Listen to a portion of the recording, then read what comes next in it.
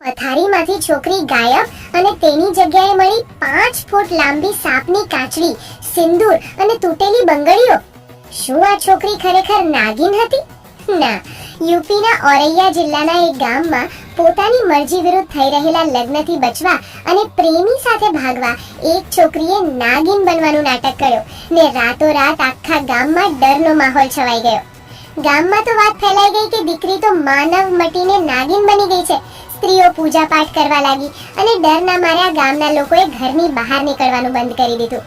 પણ કોઈને ખબર નહોતી કે આ કોઈ ચમત્કાર નહીં, એક ખતરનાક પ્લાન હતો.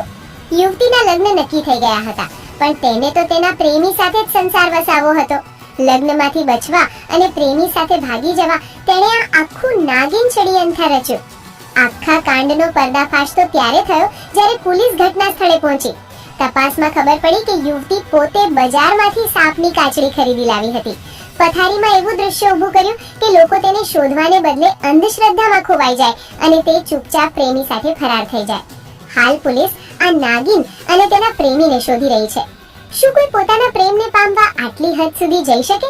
હાલ આ વિચિત્ર ઘટનાએ માત્ર પંથકમાં જ નહીં, આખા દેશમાં ચકચાર મચાવી છે.